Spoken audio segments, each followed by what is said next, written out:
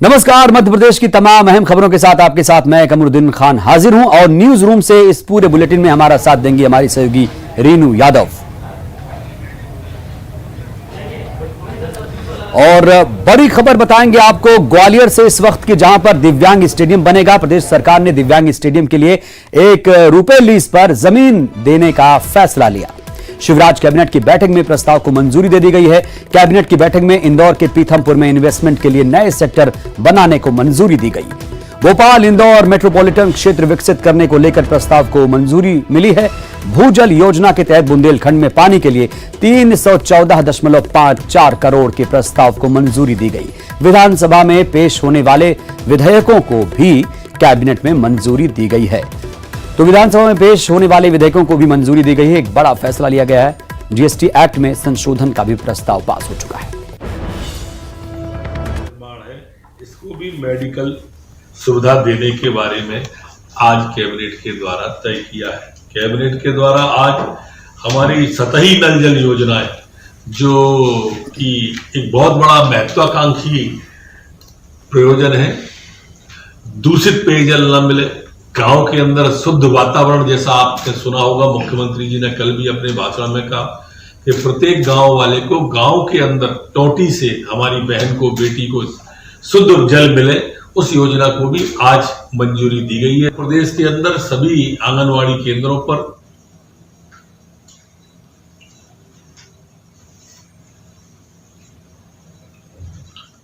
दूध का वितरण एक साथ किया जाएगा। पौष्टिक आहार, अंडा नहीं दूध। तो पौष्टिक आहार, अंडा नहीं दूध, इस पर फोकस कर रही है सरकार। ग्वालियर से खबर, जहां पर मंत्री प्रद्युम्न सिंह तोमर ने उमा भारती से मुलाकात की। उमा भारती के पैर छूकर आशीर्वाद लिया। उमा भारती ने प्रद्युम्न सिंह तोमर को जीत का आशीर्वाद दिया। उमा ने प्रद्युम्न तोमर को जीतने वाला उम्मीदवार बताया। जीत के लिए मशक्कत नहीं करनी पड़ेगी, उमा भारती ने यह भी कह दिया है।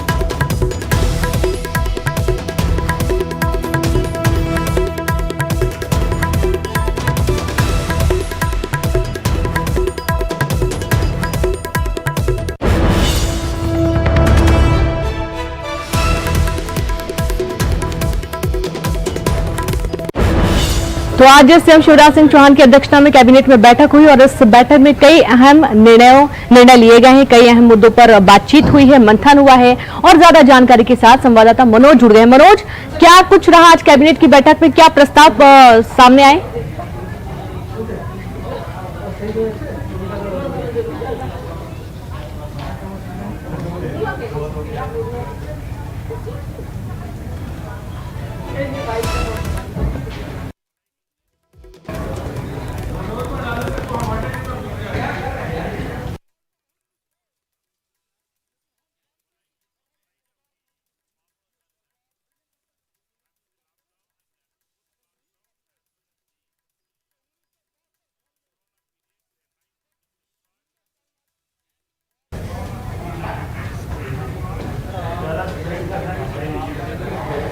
तो आज शिवराज कैबिनेट की अध्यक्षता में कैबिनेट बैठक हुई और उस बैठक में कई अहम प्रस्तावों पर हरी झंडी मिली है। आपको बता दें कि खास तौर पर ग्वालियर चंबल अंचल के जो मुख्य मुद्दे थे वो पटल पर रखे गए थे और ज्यादा जानकारी के साथ संवाददाता मनोज जुड़ गए हैं। मनोज, शिवराज कैबिनेट की बैठक में क्या कुछ अहम मुद्दे रहे जिन पर चर्चा हुई और किन प्रस्तावों को हरी झंडी मिली है?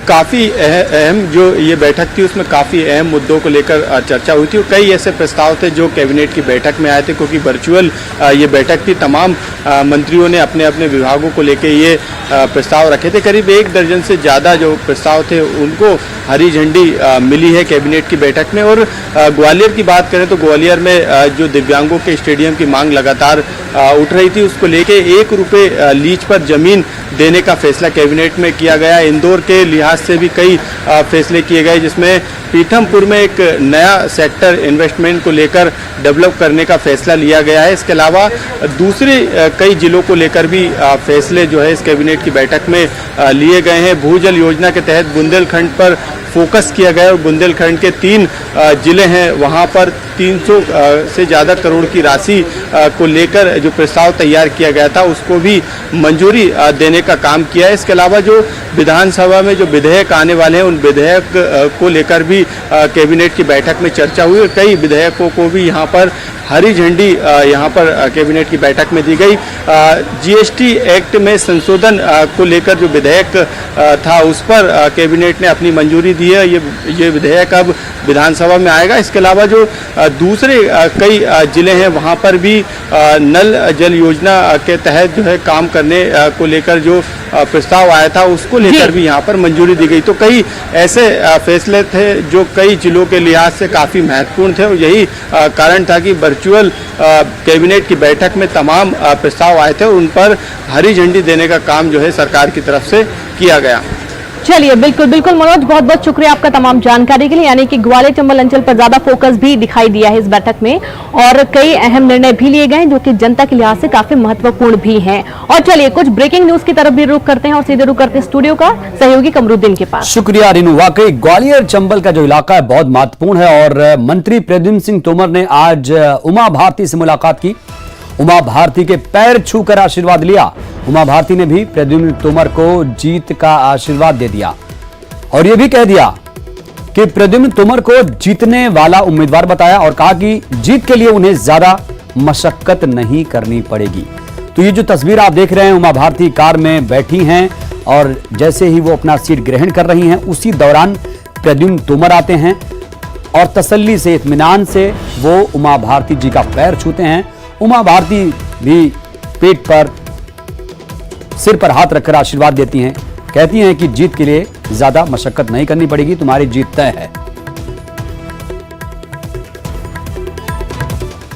हमारी उमा भारती जी सहृदय जो हमेशा हर दयालु भी हैं, भगवान की आराधना अच्छे से करती हैं। भगवान की आराधना का मतलब जन सेवा, गरीबों की जन सेवा। तो उनके सानिध्य में मुझे जब से मैं आया हूँ, संपर्क में आया हूँ, उनका आशीर्वाद मुझे हमेशा हर वक्त मिला है और यही आशीर्वाद विकास के लिए पर्याप्त है। और अहम खबरों के लिए आपको ले चलते हैं सीधे newsroom. Over to Rinu. बिल्कुल कमरुद्दीन, अब घटिया चावल वितरण मामला तूल पकड़ता जा रहा है और इसमें मध्य प्रदेश में ईओडब्ल्यू ने बालाघाट और मंडला में हुए घटिया चावल के वितरण पर जो जांच कर रही है। जांच में ईओडब्ल्यू की टीम के हाथ कई महत्वपूर्ण जानकारियां सामने आई हैं, जहां पर आपको बता दें कि मामले में भोपाल ईओडब्ल्यू ने प्राथमिकी दर्ज कराई है, जिस पर जबलपुर की ईओडब्ल्यू की टीम जांच कर रही है। इस मामले में सबसे अहम बात यह सामने आई है कि पूरे फर्जीवाड़े में मिलर्स ने सबसे ज्यादा मदद की और सबसे ज्यादा मुनाफा भी कमाया और इस फर्जीवाड़े में एक बड़ा कॉकस काम कर रहा है। फिलहाल ईओडब्ल्यू की टीम सभी राइस मिलर्स को नोटिस जारी कर दस्तावेज की खोजबीन में लगी हुई है, लेकिन अब तक इस पूरे घपले घोटाले के बड़े नामदार सामने नहीं आ पाए हैं। पीडीएस शॉप्स में गरीबों को बंटने वाले चावल की क्वालिटी और गुणवत्ता की जो जांच केंद्रीय जांच दल ने की थी, उसके बाद एक खलबली सी मची और बालाघाट और मंडला समेत तमाम जितने मिलर्स थे और अधिकारी थे उन पर कहीं ना कहीं गाज गिरी है। फिलहाल भोपाल ईओडब्ल्यू द्वारा इस पूरे मामले में प्राथमिकी दर्ज की है, जिस पूरे घोटाले की जांच जबलपुर ईओडब्ल्यू की टीम को सौंपी गई है। सूत्रों से मिली जानकारी के मुताबिक अभी एक पीई यानी जो प्रिलिमिनरी इंक्वायरी होती है वो अभी दर्ज कर ली गई है, जिसमें बालाघाट जिले के 18 और मंडला जिले के 16 मिलर्स जो है वो इस पीई में दर्ज किए गए हैं। तो समझ सकते हैं कि करीब करीब 34 जो मिलर्स हैं वो अब तक जांच के दायरे में आए हैं और इन पर सघन जो जांच है वो की जा रही है। सूत्रों से मिली जानकारी के मुताबिक फिलहाल ईओडब्ल्यू ने सभी को नोटिस जारी कर दिए हैं और उनसे पूछताछ की जा रही है कि आखिर उनके पास जो मिलिंग के लिए धान आई थी उसमें सरकारी कितनी थी और प्राइवेट कितनी थी। ये भी बात स्पष्ट रूप से उजागर हुई है। जो सूत्रों से जानकारी मिली है कि मिलर्स बड़ी ही चालाकी से प्राइवेट जो धान होती थी और सरकारी धान को मिक्स करके अच्छी धान प्राइवेट यानी अन्य राज्यों में बेच दिया करते थे, जबकि जो खराब धान बचती थी उसे सरकारी मूल्य यानी जो पीडीएस की शॉप्स हैं या इन तमाम जगहों पर भेज दिया करते थे। तो बेशक करोड़ों का एक बड़ा घोटाला उजागर हो सकता है और कहीं ना कहीं जान के साथ भी खिलवाड़ पैसों को लेकर के मध्य प्रदेश के तमाम जिलों पर खेला गया है। तो फिलहाल ईओडब्ल्यू जबलपुर की टीम इस पूरे मामले पर सघन जांच कर रही है। पीई जो दर्ज की गई है उसमें 34 मिनट अब तक जो है जांच के दायरे में आए हैं, जिन पर हर संभवता है कि आगे जाकर एफआईआर भी दर्ज हो सकती है। कैमरा पर्सन वीरेंद्र मिश्रा के साथ प्रतीक अवस्थी, न्यूज़ 18 जबलपुर। और चलिए बड़ी खबर के लिए सीधे रुक करेंगे स्टूडियो सहयोगी कमरुद्दीन के पास। बिल्कुल बड़ी खबर है टीकमगढ़ से, जहां पर शिवराज सिंह चौहान ने बड़ा बयान दिया। उन्होंने कहा है कि मध्य प्रदेश में ऑक्सीजन की पर्याप्त व्यवस्था है, किसी को परेशान होने की जरूरत नहीं है। भिलाई स्टील प्लांट से ऑक्सीजन की आपूर्ति होगी। मध्य प्रदेश में नौकरियों की भर्ती पर प्रतिबंध समाप्त होगा। जल्द शुरू होगी सरकारी भर्तियां। तो जल्द शुरू होगी सरकारी भर्तियां, जिसका कई लोग इंतजार कर रहे थे कि कम से कम इसका ऐलान हो, और इसीलिए अब मुख्यमंत्री शिवराज सिंह चौहान ने एक बड़ा ऐलान कर दिया है।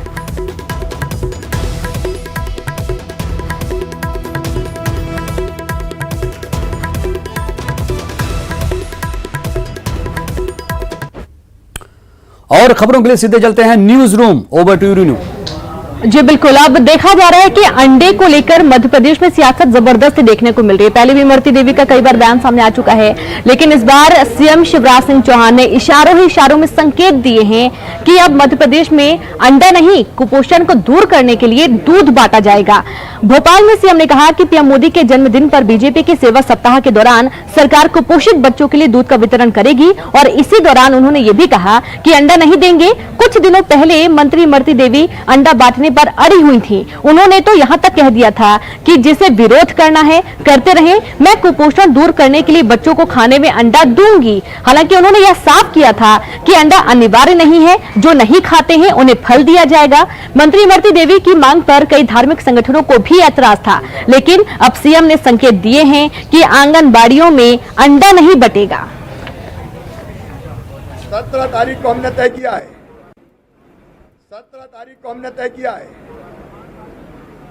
पार्टी फल का वितरण करेगी और सरकार कुपोषित बच्चों के लिए दूध का वितरण करेगी।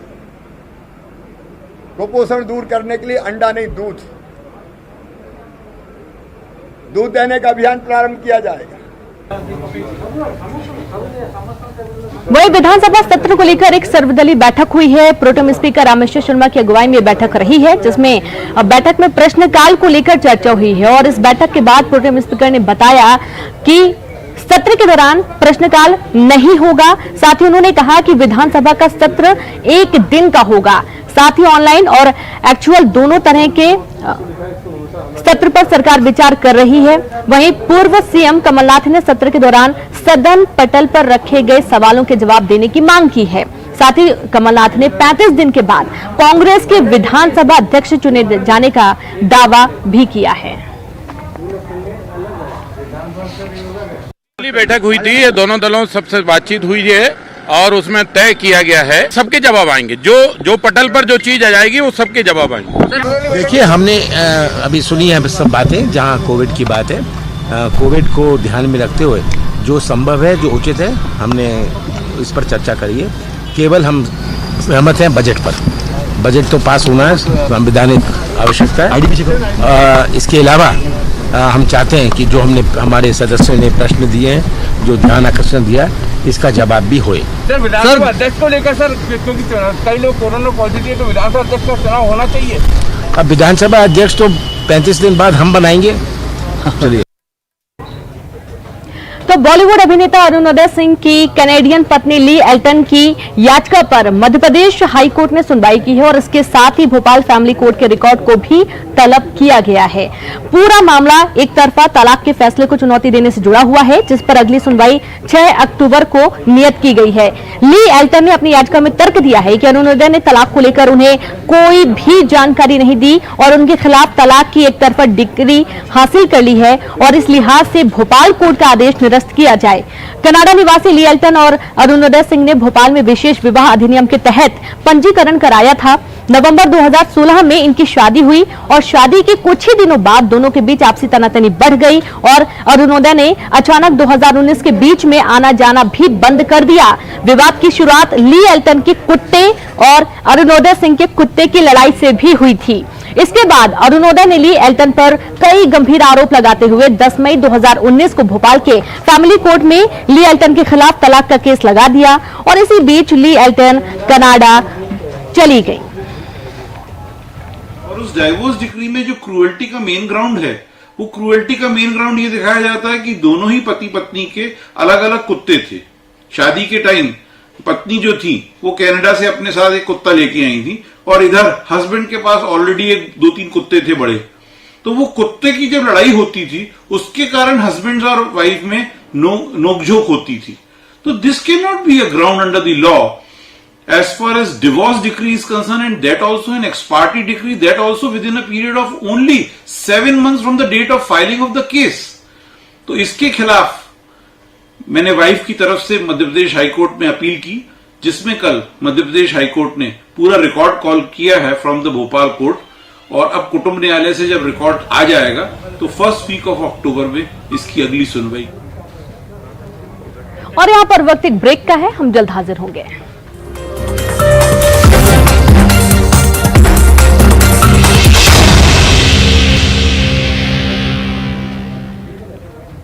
ब्रेक के बाद एक बार फिर से आप सभी का स्वागत है। खबर रीवा से, जहां रीवा के नई गढ़ी से छंदई गांव से 2015 में लापता युवक अब माना जा रहा है कि पाकिस्तान उसे भारत देश छोड़ने वाला है, रिहा करने वाला है। आपको बता दें कि अनिल साकेत 3 जनवरी 2015 को अचानक घर से लापता हो गया।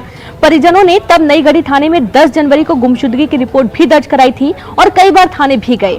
पुलिस से ढूंढने को कहा गया लेकिन उसका कुछ पता नहीं चल पाया और ऐसे में एक एक करके पूरे 4.5 साल गुजर गए और परिजनों ने उसके लौटने की आस छोड़ ही दी थी। लेकिन 2019 में भारत सरकार के विदेश मंत्रालय ने नई गढ़ी थाने में एक पत्र भेजा जिसमें पिछले 3 साल से लाहौर जेल में बंद कैदी अनिल साकेत के बारे में जानकारी मांगी गई।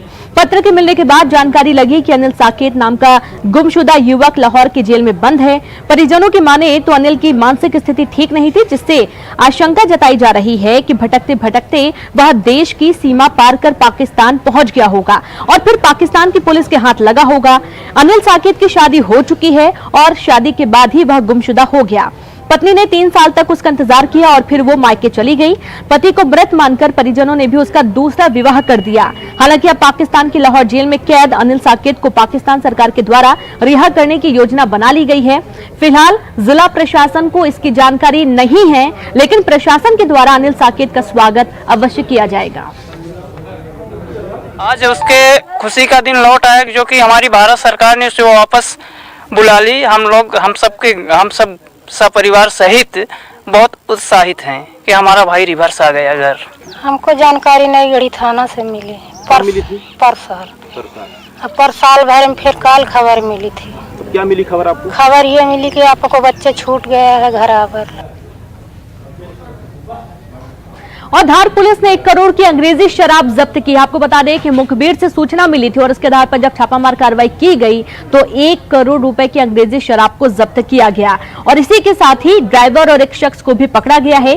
पुलिस आरोपियों से पूछताछ कर रही है। शराब से भरा वाहन इंदौर से रायगढ़ की ओर जा रहा था, तभी पुलिस ने दबिश देते हुए कलसाडा के पास इसे जब्त किया है। कल रात को मुखबिर सूचना पे सादलपुर पुलिस ने एक आइशर ट्रक पकड़ा है और उसमें करीब 500 से अधिक शराब की पेटियां और 5000 से अधिक बल्क लीटर शराब जब्त की गई है।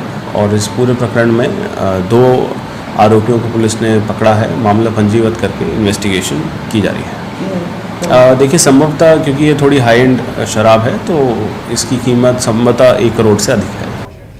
तो वहीं उज्जैन लोकायुक्त ने आय से अधिक संपत्ति वाले धन कुबेर पर छापामार कार्रवाई की है और एक बार फिर से काली कमाई करने वालों पर लोकायुक्त ने शिकंजा कसा है। आपको बता दें कि उज्जैन लोकायुक्त निरीक्षक बसंत श्रीवास्तव ने बताया कि कुलदीप धनसुख 2004 में पंचायत सचिव के पद पर नौकरी पर लगे थे, जिसके बाद नगरीय प्रशासन में राजस्व विभाग के सीएमओ तक पहुंच गए।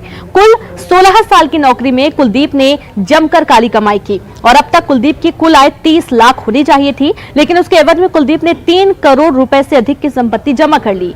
आज सुबह लोकायुक्त ने बड़नगर, मागडोन और उज्जैन के शिवांग पैराडाइज में कार्रवाई की। कार्रवाई में लोकायुक्त को 4 लाख कैश, सोने चांदी के जेवरात समेत 3 एकड़ जमीन की जानकारी लगी है।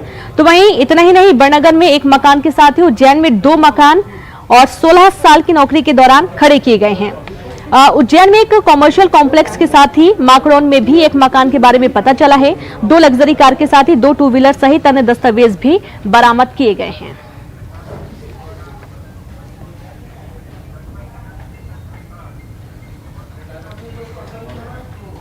और खबर कटनी से है, जहां कटनी के माधवनगर के कोलुआ बड़खेरा गांव में 9 साल के मासूम की हत्या की गई है। लड़का कल शाम से लापता बताया जा रहा है और गांव के पास ही उसका शव मिला है। शव के हाथ और पैर बंधे हुए हैं और सूचना के बाद फॉरेंसिक टीम मौके पर पहुंच गई है। मौके का मुआयना किया जा रहा है। शव को पोस्टमार्टम के लिए भेज दिया गया है। तो सतना की बात करेंगे। सतना के रामनगर थाना इलाके के वार्ड नंबर 13 में गैस सिलेंडर में आग लगने से एक शख्स गंभीर रूप से झुलस गया है, जिसकी हालत काफी गंभीर बताई जा रही है। उसे अस्पताल भर्ती किया गया है। पुलिस के मुताबिक घर में महिलाएं खाना पका रही थीं, तभी सिलेंडर की पाइपलाइन में आग लग गई। आग की लपटों में ही झुलसकर एक शख्स जल गया, जिसके इलाज के दौरान अस्पताल में भर्ती किया गया है। हालत काफी गंभीर बताई गई है।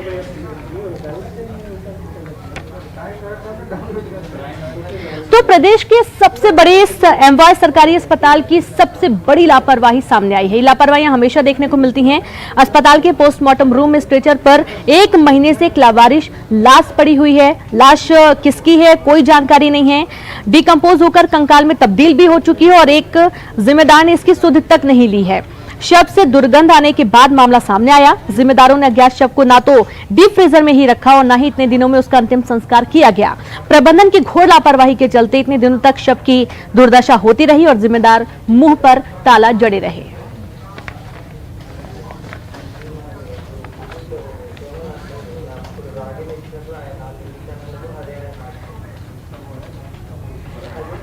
और इसी के साथ खबरों में फिलहाल इतने ही। हमारे साथ स्टूडियो से सहयोगी कमरुद्दीन जुड़े थे। कमरुद्दीन, आपका भी बहुत बहुत शुक्रिया। बाकी तमाम खबरों के लिए आप बने रहे न्यूज़ 18 मध्य प्रदेश छत्तीसगढ़ के साथ। नमस्कार।